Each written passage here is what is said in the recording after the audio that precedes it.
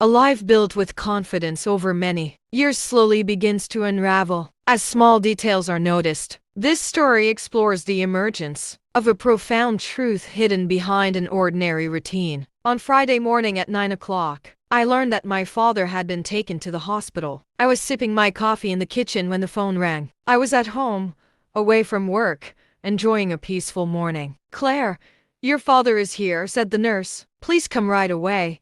His heartbeat is irregular. He's unconscious." The sentence wasn't finished because I had already grabbed my bag. My name is Claire Harrison, 43 years old, accounting consultant, single, no children. I'm the type of person who hasn't decided whether to live with my father or not. Living halfway. When my mother died 5 years ago, my father convinced me to stay in his apartment. But I kept my own place. I only went to his house 3 days a week. I cooked.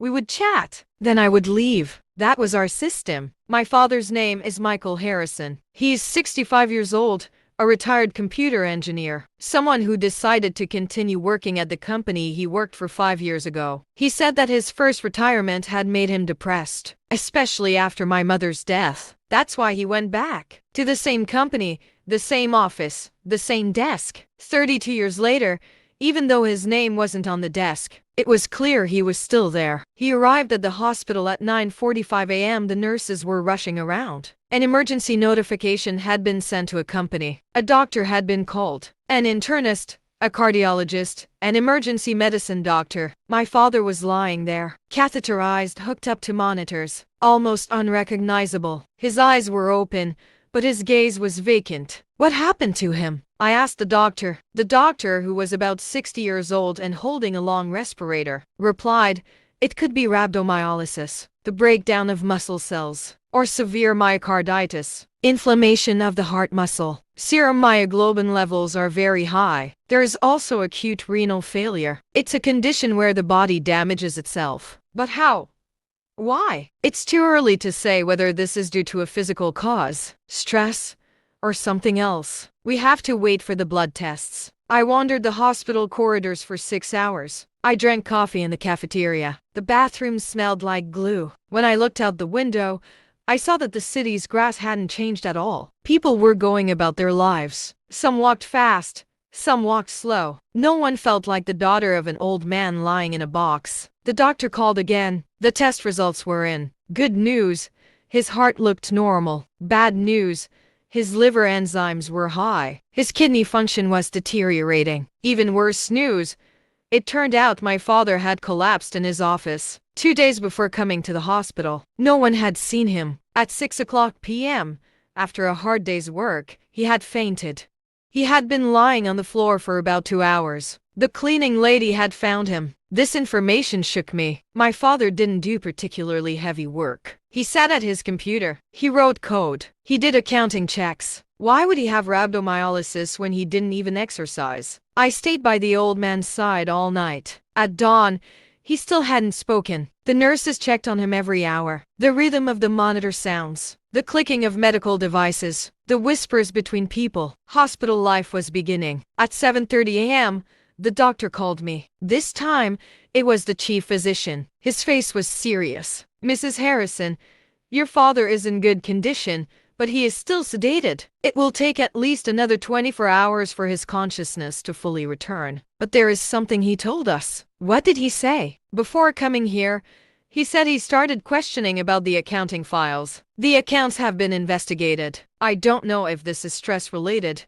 but clinically, rhabdomyolysis starts with regression up to 6 months. Stress can also be a trigger. Connections started forming in my head. Accounting files? Examining the accounts? My father never mentioned this. More accurately, he rarely mentioned what he did. I never wondered what was going on at the company. There were topics my father and I didn't discuss. Business matters seemed to be one of them. At 10 a.m., the nurse entered the room. "Your father is waking up," she said. "Should I tell him you don't want to see him?" I went to my father. His eyes were focused. He looked me in the eye. I tried to figure out if he recognized me. He did.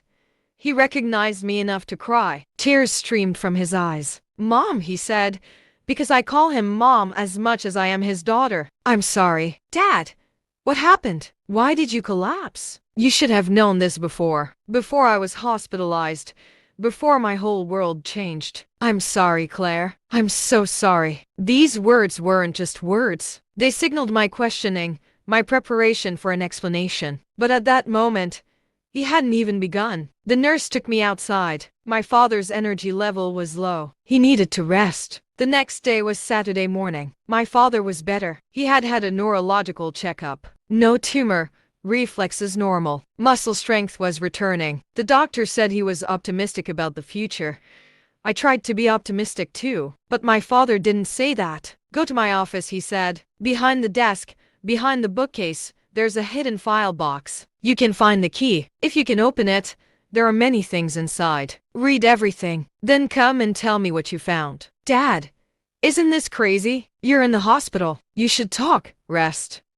These things won't wait a few days, Claire, because the audit has started. An audit at the company. All the accounting files are being reviewed. Mine too. If you don't find it, someone else will. And if someone else finds it, what they say about me might be wrong. Auditors don't always reach the right conclusion, especially when it comes to complicated things. Everything he said sounded strange to me. My father had never been this worried about accounting before. His job was just his job. He acted like he was giving a sales pitch. But now, lying in a hospital bed, his face pale, his heart connected to a monitor, he was inviting me to keep something secret. I waited for Friday to go to his office. My father's office was on the 32nd floor, overlooking the city center. The windows were large. Looking outside, you could see the subway lines, street lights, and people's lives. On my father's desk there was a computer, a phone, a file organizer, and a bookcase. The bookcase was filled with accounting books, software development books, human resources books, management books. I started checking the back of the bookshelf. I touched the wall. Yes,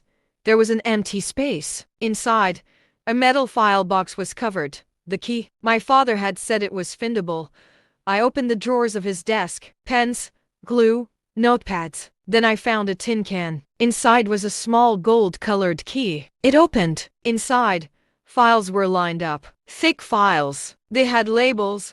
Morgan 2015. Morgan 2016. Morgan 2017. Morgan 2018. Morgan 2019. Morgan 2020. Morgan 2021. Morgan 2022. Morgan 2023. Each file corresponded to a year. Open 9 years. I opened the first one. It contained accounting tables, numbers, calculations, notes that appeared to belong to one of the company's projects. Morgan projection year 1.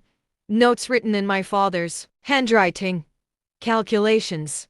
His own thoughts about what he was thinking while retyping the numbers into the computer. I opened the second file. Copies of documents, customs documents, importer documents, accounting transaction documents. There was a story here that wasn't told in the first file, but one I could begin to read between the lines of this one. My father had directed company money into decentralized accounts. He had changed the accounts. I didn't know if this thing called Morgan in the first file was a real project or a project created on paper. I opened the third file. Bank statement copies, account numbers, transfer records, my father's name, other names, a woman's name. Sophia. Sophia Harrison. Sophia was my second cousin, my father's niece. But why was her name on the accounts? Knowing I couldn't carry these files in my bag, I grabbed a file cabinet. I started putting all the files into the cabinet. It was heavy to carry. 9 years worth of documents. I sat at the desk for hours. No one in the office saw me. My father was the only one here at the same time every week. I watched the city flow by outside the window. I returned home. I spread the files out on the table. I read for hours. I read and read. There were parts I didn't understand. Accounting jargon, software codes, financial statements. But what I could understand, basically, brought bad news. My father had embezzled company funds. For 9 years, he had altered the accounts. He had used methods that would escape the auditor's attention. He had diverted this money elsewhere. For me, according to all the documents, to accounts opened in my name, to university funds, to investment accounts, forgery, bank fraud, financial misconduct. We sat at the table, and I cried. For the first time, I had never cried before. My father was sick in bed, in the hospital, and me, his daughter, had I been an accomplice for 9 years? It was I needed to write to my father. But what should I write? I found it. I understood. Am I angry? Very. Have I forgiven? I don't know. I was going to the hospital in the morning, and for the first time, I was going to ask my father real questions. Over the years, while everything seemed orderly and under control, an invisible burden had been building up. People want to believe that the life they share is exactly as they know it. This belief is carried for a long time without being questioned. However, certain details begin to take on meaning over time. Inconsistencies in documents, unexplained debts, and unanswered questions take root in the mind. At first, these seem like coincidences. Then it becomes clear that these coincidences come together to form a picture. This realization does not come easily, because accepting the truth brings not only material loss but also emotional devastation. Trust is shaken. When looking back at the past, behaviors that were previously overlooked begin to take on meaning. Moments of silence, questions that were put off, now demand answers. When a person realizes that the life they have lived is not as transparent as they thought, they are confronted with a deep sense of loneliness. This loneliness also brings with it the necessity to fight. I arrived at the hospital at 8 o'clock a.m. My father seemed to be sleeping, but he felt my eyes. He opened them. He looked at me. He knew I had read the files. Did you read them all? He asked. Yes. I read everything. All 9 years. All the accounts. All the money. Dad, what did you do? Silence. The hospital's silence. The sound of the monitor's footsteps in the hallway. A baby crying somewhere far away. But my father didn't speak. I felt he didn't have the energy to speak. But he had to speak. Did you tell Sophia? Did you tell her the files were in Sophia's name? No, I never told her. Why? Why me? Why did you drag her name into this? My father sat up. The pain was visible on his face. The heart monitor spiked and slowed. It was as if he was trying not to call the nurse. Claire, please sit down. I need to tell you something. The whole truth. The entire story. With no pieces missing. I sat down. My chair was a hospital chair. Hard, uncomfortable. But I wanted to be uncomfortable. My father began to speak and began to make noise. 5 years ago, after we lost your mother, I was in a terrible place, Claire. You know that. Depression, loneliness. I was at the point of choosing death. The doctor prescribed medication. On the nights I couldn't sleep, I sat at my desk and checked the accounts. One day, I was doing the projections and I saw a mistake. In the company, in the accounting department, someone had put millions of dollars in the wrong categories. No one had noticed. First, I thought about reporting it. That was the right thing to do. But then I thought, if no one had noticed this mistake, maybe it could be done. Maybe I could do it better, in a way that no one would notice. Since I lost your mother, I wanted to at least leave you financially secure. Just my labor. Just my salary. My pension wouldn't be enough. Yes, I'm a fit, healthy old man, but I have a college-educated daughter. Labor, thoughts, dreams. All of these are measured in money. So I started. Just small things. $1,000, $5,000. No one noticed. It even went into the right accounts. I saw it in the bank accounts. Yes, accounts. Your accounts. College fund, then investment fund, then retirement fund. In your name, your protected money. That's how I rationalized it to myself. But then it stuck. 1 year turned into 2. 2 years turned into 5. 5 years turned into 9. Every year I added a little more. Every month I added a little more. 5%, 10%, 20%. I changed the accounts. I changed the files. I changed the software code. No one saw. Because I'm a very good engineer. I'm very good at hiding files. I'm very good at setting up systems. Because I used Sophia's name, Claire. To be perfectly honest, I was very paranoid about using Sophia's name. If I had just used your name, the auditors could have come straight to you. But if there was another name, another account, it might have looked like a mistake, an error. Human error, system error, never malicious intent. Sophia never knew. She never saw any money. But her name was there, in the documents, in my arrangements. Because I was so scared. Silence. The monitor changed speed. My father fell silent. He needed to drink water. I handed him a glass. He drank. His eyes were teary. Did no one question it for 9 years? I asked. No one. The company's accounting system is outdated. The software is from 2008. As a consultant like me, I had full control over the system. I knew the right passwords. I had the right access. Didn't anyone believe me? Didn't anyone check up on me? Maybe I hid it too well. Maybe no one thought I was that bad of a person. I'm a 65-year-old man, a father, retired, back in the game. What would I do with that money? What would my intentions be? No one asked Claire. No one. So what happens now? The doctor said the audit has begun. Did you tell the company? My father shook his head. Yes. 2 days ago, they had a meeting with me, internal auditors, the company's legal advisors. The accounts have started to be reviewed. Anomalies were found. The cash flows are strange. I told them everything. I confessed. I told them where the documents were. Behind the desk, in the confidential file, completely open. I surrendered completely. Why? Why did you tell them? Because it was better than being found out. Because I was scared. 2 days before I was hospitalized, I broke down. I broke down in my office. I felt the auditors starting to catch up to me. There were system alerts. There was a strange transfer history. Someone would see it soon. Maybe a month. Maybe a week. And I couldn't hide it anymore. The body said I hid it. It said I hid it. So many lies. So much deception. My heart seized up, Claire. Literally. My chest exploded. You know the effects. Rhabdomyolysis. The muscle cells collapsed. Because I was so scared. For the first time, I saw my father truly struggling to be a man. Silent crying. Tears. Fear. Guilt. Shock. All together. Did you hire a lawyer? I asked. There's a lawyer at the company. I'm consulting with the company, but I don't have my own personal lawyer. How am I doing this? How does someone hire someone when they have no money? All the money is in the accounts and the files. The courts will freeze them. The prosecutor will open an investigation. Federal crimes, tax evasion, bank fraud, electronic fraud. It's all going to happen to my money. It's all going to happen to you. On my head? Yes. The accounts and the files are in your name. The money I put in, but in your name. Legally. If no one fixes it, the penalties will fall on you. I froze, sitting in the chair.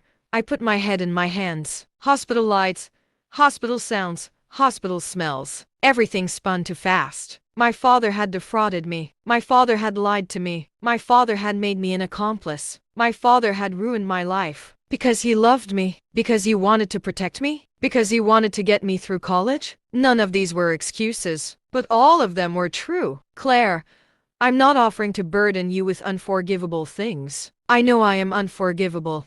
But please, just read this once. This is a letter about me. It was written before you left the hospital. I gave it to the nurse, to give to you if I went. But now that I have burdened you with unforgivable things, please read it. Maybe you can understand. Maybe not. The nurse brought the letter. The envelope said Claire in my father's handwriting. Shaky, old, frightened handwriting. I took the letter out. If you're reading this, I'm no longer there. Or maybe I'm waiting. I don't know. But something that has a contract with you has begun. For 9 years I ruined you, consciously. Intentionally. Sorry, but intentionally is the wrong word. I didn't intentionally ruin you. I tried to save you, but there's a fine line between saving and ruining. I didn't see that line. Even when I saw it, I crossed it. After your mother died, I thought about dying for several months. I just wanted to sleep. I wanted to sleep inside. I wanted to fall into a dream. But you were there. Your smile, your voice, your presence. But I couldn't accommodate you. My limited financial resources couldn't support you. So I lied to myself. I said, I will provide protection. I will provide security. I won't leave you without money. In this world without your mother, at least you will be financially secure. But this protection quickly turned into learned cruelty. A little more, a little more, a little more. Each time I thought, this will be the last. But it wasn't. Maybe protection is never the answer. Maybe protection is a learned control mechanism. I tried to control you. My money will direct your life. My system will save your future. But can my theft save your future? If you want to go to court, go. I don't know if you'll forgive me. Maybe you will in time. Maybe you never will. But please know that I loved you. I loved you the wrong way. But I loved you. And this love is my biggest question as I'm about to leave. Try to care for yourself. For yourself. Not for me. For yourself. Your father, Michael. At the end of the letter, there was another note. My father's final note. The lawyer's name. Sarah Mendez. Number. She deals with financial abuse cases. Tell her everything. She will help you. She will believe you. I'm telling you to. Believe in yourself. Trust yourself. Live. Just live. I found an empty spot in the letter and started crying. In the hospital, next to other patients, while the nurses were doing their jobs. I cried because my father loved me, but he ruined me. I cried because he stole my money, but not his heart or soul. I cried because my father was right. I had to live. But how? With ruined credit. In the middle of a fraud scandal? I called the lawyer, Sarah Mendez. She agreed to see me at 2:00 p.m. Her office in Portland was in an old but well-kept building. Inside, everything was clean. No clutter. There were files, but they were organized. The chairs were comfortable. The walls were bare. But her eyes were very attentive. Claire, you've come to the right place. Talk about your father, everything, she said. Hours passed. I showed her the files. I showed her the letters. I explained the accounts. My father's system changes. The fraud, the false files, the bank transfers, the tax evasion, the electronic fraud, everything. Sarah listened. She never interrupted me. She didn't take notes, but she listened carefully. She nodded. Her eyes moved. Her face was serious. When the last sentence ended, her eyes met mine. Claire, this is very serious. Very, very serious. But you are a victim. If there is a decision from your father and solid evidence, I can start working to clear your name. But it will be a fight, a court battle, a prosecution battle, a corporate battle, maybe even a family battle. Yes, I understand. Think about the cost. Lawyer fees, expert testimony, documents, maybe $20,000 to $50,000. My eyes closed. A girl with no money. She has a job, but the cost of living is high. Her savings are limited. I went back to work. Money. Always money. There was never enough money. How will I pay for it? I asked. How much is in your father's accounts? According to the documents, about $250,000. The court will freeze those accounts. If you're innocent, the court might unfreeze them and let you pay the lawyer fees from there, maybe, but there's no guarantee. So, what sentence will my father get? Sarah drew her lines. It could be a lot. Federal prison, maybe 5 to 10 years. Tax penalties, maybe $100,000. Bank payment penalties, maybe $50,000. Mandatory. Repayment, everything. Considering your father's age and health, it might be a little lighter, but this was very serious. I went home and sat down. I didn't move for hours. My dad might go to prison. I might have to testify in court. Maybe the court would find me guilty. Maybe my whole life would change. Maybe I would lose too. But Sarah was right. She had to do something. Doing nothing meant more loss. The next day, I visited my father. I had spent the whole night thinking. I had made my decision. I told my father, I'll turn myself into Sarah. I'll do everything. I'll hand over the documents. I'll testify. But Dad, you need to understand this too. My relationship with you is ruined. Maybe we can salvage it over time. Maybe we can't.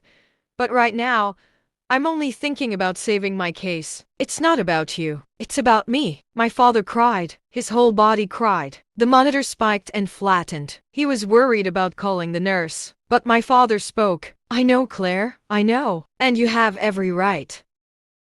As the truth comes out, there's a lot of turmoil inside a person. On one hand, you try to make sense of what's happening, while on the other, the struggle to stay afloat begins. The order built over many years suddenly turns into an unstable ground. This situation creates not only a material but also an emotional upheaval. When a person feels deceived, they begin to distance themselves from the past. Memories are reevaluated. Some moments are now seen through a different lens. Realizing that one is not alone during this process is of vital importance. Seeking support becomes the first step toward regaining strength. Instead of retreating in the face of difficulties, one must move forward step by step. Every small step forward rebuilds self-confidence. This rebuilding process takes time. However, as one sees that they can stand on their own 2 feet, their inner strength grows. What one experiences transforms into an experience that can guide others. The court date was set for November 15th, 9 months. For 9 months, my father and I had to prepare all the files, organize the witnesses, and verify my documents. Sarah became my lawyer, but she was not just a lawyer. She was a consultant, a guide, perhaps even a mother figure. She worked with me every day, for hours, without questioning anything. When my father was discharged from the hospital, he still looked weak. The doctors said he would remain that way. His muscle strength would never fully return. But he had decided to live, perhaps by looking at my face, perhaps by carrying the guilt, perhaps by hoping. For the first 2 months, we didn't talk. Not at all. My father sat at home. I sat in my apartment. There were no phone calls, only communication through Sarah, lawyer, cleaning, documents. Nothing personal, nothing warm. But in the 3rd month, my father sent a letter. I found the envelope in front of the door at 8 a.m. Before going to work, I hesitated to read what was inside, but I had to read it. Claire, it's been 4 months since you haven't seen me or spoken to me. I understand you. I can't picture you, not even a part of you, but I want to write. Perhaps writing is easier than speaking. Once written, words are finite and definitive, but speech continues and is infinite. I don't want to hurt you anymore. For 9 years, I tried to protect you with money. Now I understand that this protection was a kind of prison I built. Accounts in your name, for your safety, but not for your freedom. I designed your life according to my plan. I built your future with my fear. This wasn't love, Claire. This was control. Do you know what will happen in court? Sarah told me I could get 8 years in prison, penalties, mandatory repayment, to the company, to the government, to you, to everyone. But I want this to happen, because no one wants to be the me in the picture. Maybe prison is a way to cleanse myself. Maybe prison is a way to find myself. The only thing I want to tell you is, live. Live long. Live well. Live avoiding my bad decisions. Learn from my mistakes. Escape my control mechanisms. Carry none of my legacy. Just live and find love. Real love. Love that won't control you. Love that won't provoke you. Love that won't destroy you in the name of protecting you. I loved you, but saying that doesn't erase the fact that I ruined you. Both are true. Both can exist at the same time, and I accept that. If you want to come, I'm here. If you don't want to come, I understand. Your father, Michael. I found your letter sitting at the door. Hours passed. Work waited. Life waited. Just me and the letter. It had a baby's cry. But at the same time, for the first time, I felt that my father didn't blame me. For the first time, I felt that my father had set me free. The next day, I visited him. When the door opened, I barely recognized him. He had aged more. The lines were deeper. His eyes were sunken. But he smiled. He smiled genuinely. Claire,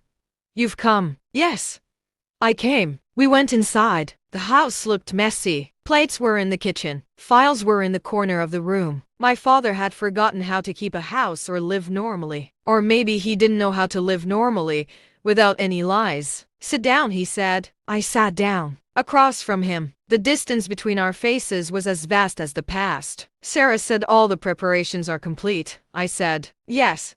The court date is set for next month. I'll tell them. I'll tell them everything. No excuses. No justifications. Just the truth. I did wrong. I did you wrong. And I want to be punished. Maybe punishment won't be enough. I know. Maybe nothing will be enough. But I still have to do this. What happened wasn't easy to understand. The silent unraveling of an order a person has trusted for years leaves deep scars. Over time, these scars transform from pain into awareness. We talked for hours. We spoke openly for the first time. My father told me how he felt after my mother's death. Depression. Hopelessness. Guilt. It was as if my father and I had reached the end. Loss of control. Nothing seemed important anymore. But then I grew up. I graduated from school. I started living my life. And my father turned his helplessness into a destructive decision in the name of protection. What would your mother have said? I asked. My father was silent for a long time. He looked out the window. People were living their lives on the street. Cars were passing by. The wind was blowing. Normal life. Normal day. Your mother would have said, Michael, you won't burden Claire with your own anxiety. You'll raise her with love, not control. And I did that. I couldn't do that. I couldn't raise you with love. Maybe the time wasn't right. My father looked at me. In his eyes, for the first time, I saw a liberated man. Maybe the punishment had been cleansed. Maybe prison meant freedom, because my father wasn't lying anymore. He wasn't hiding anymore. He wasn't controlling anymore. He was simply being himself, fully present. Life sometimes catches you off guard, but it is possible to stand firm in the face of what happens. Strength often emerges at the most unexpected moments. The day of the trial was a cold and foggy morning. The federal building in downtown Portland was a massive, gray structure, a colossal edifice speaking of law and justice. Sarah, my father, a nurse, and the lawyer entered together. The courtroom wasn't dramatic like on TV, it was smaller, more cramped. The judge, Harrison, was 60 years old,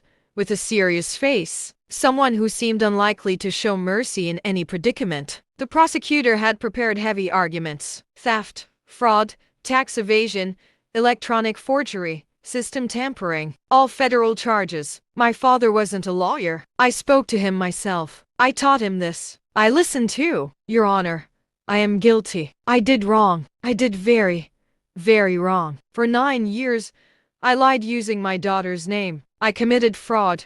And I stole from the company, from the government, from my daughter. I am stubborn and cowardly, and I admit it. The prosecutor presented strong arguments. My father had tampered with the system. He had altered the software codes. He had manipulated bank accounts. He had concealed this for 9 years. This is premeditated crime. This is long-term fraud. This is very serious. The judge asked me to speak about my father. I took the stand. It was my first time speaking in court. Your Honor, I am Claire Harrison, Michael Harrison's daughter. I was the target of these wrongdoings for 9 years. Accounts in my name, money meant for my safety. But this protection built my prison. My father used money not to love me, but to control me. This is wrong, very wrong. But I also know my father was desperate. My father was depressed. My father had lost my mother and then lived in fear of losing you. That excuses nothing. But I also know my father has changed. My father confessed. My father wants to be punished. My father wants to make his life right. I don't want the harshest punishment for my father. I don't want mercy for my father, because I love my father too, in the wrong way.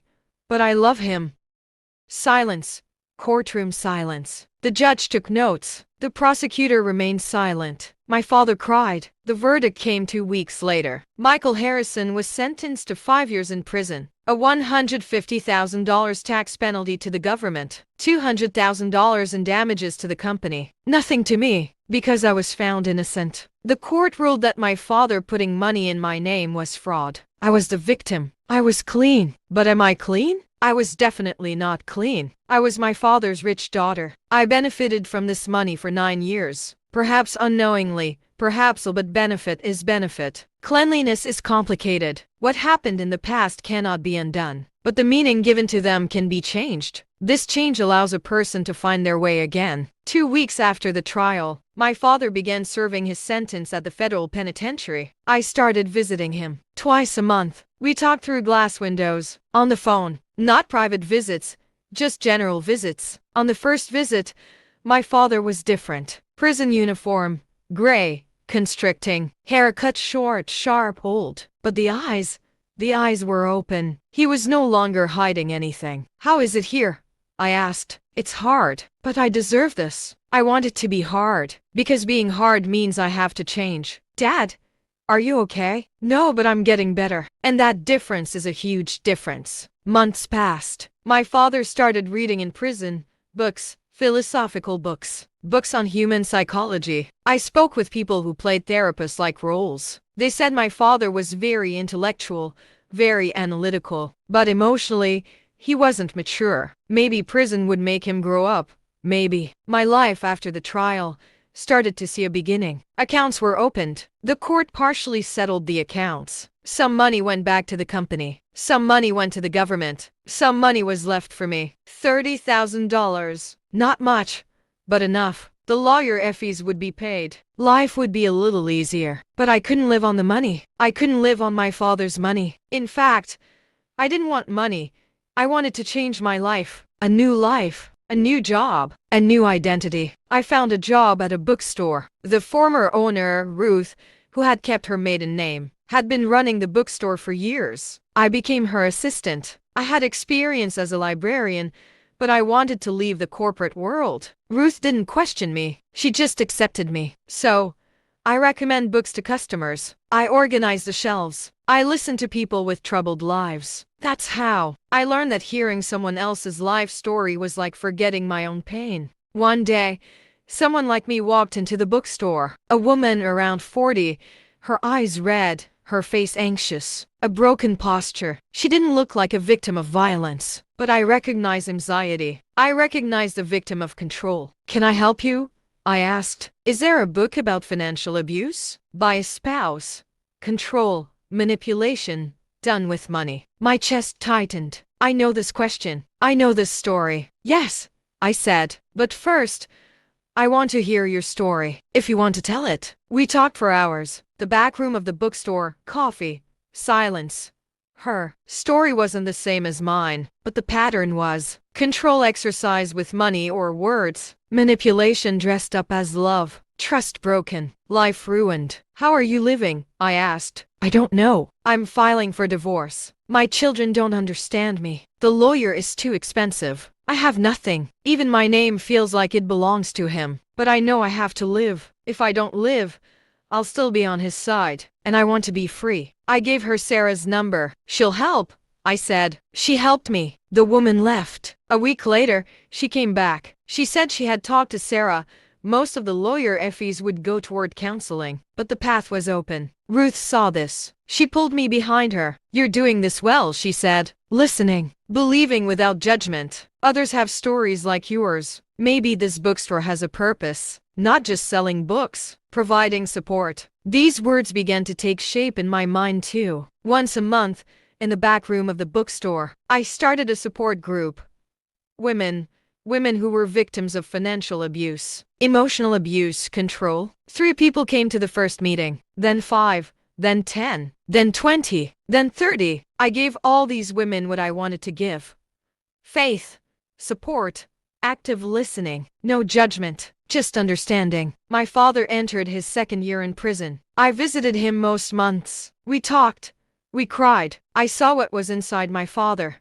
What had changed. My father was trying to be a better person. Even there. Even in prison. During one visit, my father gave me a letter. "Give this to me," he said. "I can't tell you this face to face." Inside the letter, "Claire, it's been 2 years. 2 years in prison. I want to spend the rest of my life here, serving my sentence. Because I deserve it. But I also know you don't want that. You want me to live well, to live a good life, to see you smile. This place is like a library. I read books, philosophy books, books on human psychology. I'm trying to find myself. I find the man who did you wrong, but I also find the man who may be redeemed. I heard you started a support group, that you're helping women, resisting doing to others what was done to me. I was very proud. I'm proud that you're helping someone else because I did you wrong. It restored some balance. It made my pain meaningful. I love you, Claire. I still love you. But this time, I want to say,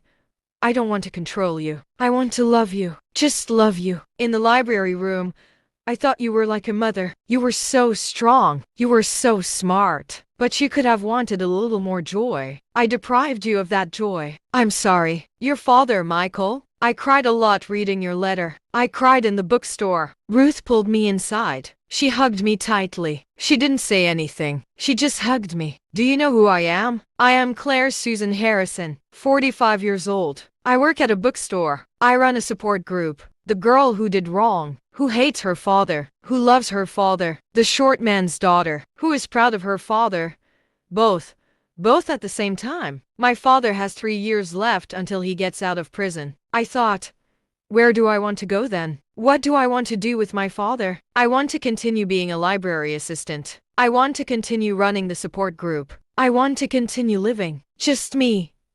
Just my life. Without my father. Because I need to find my own life. My father understands this. Living with him in prison has made me a stronger girl, a smarter girl, a more independent girl, a girl with less guilt. Because I finally understood that I am not responsible for my father's mistakes. Ruth's bookstore is a low-ceilinged shop. Old brick, old wood. In the old city center. But inside, many books, many stories, many lives. I change the shelves every week, according to the customer's needs. Like a library, we redesigned the story in the bookstore. One day, a man came in, young, 30 years old, working in copyright. He asked for my book recommendation. Heavy mood, depression, lost his purpose in life. I recommended a book. The man's eyes lit up. He took the book. A week later, he came back. He had finished the book. He cried.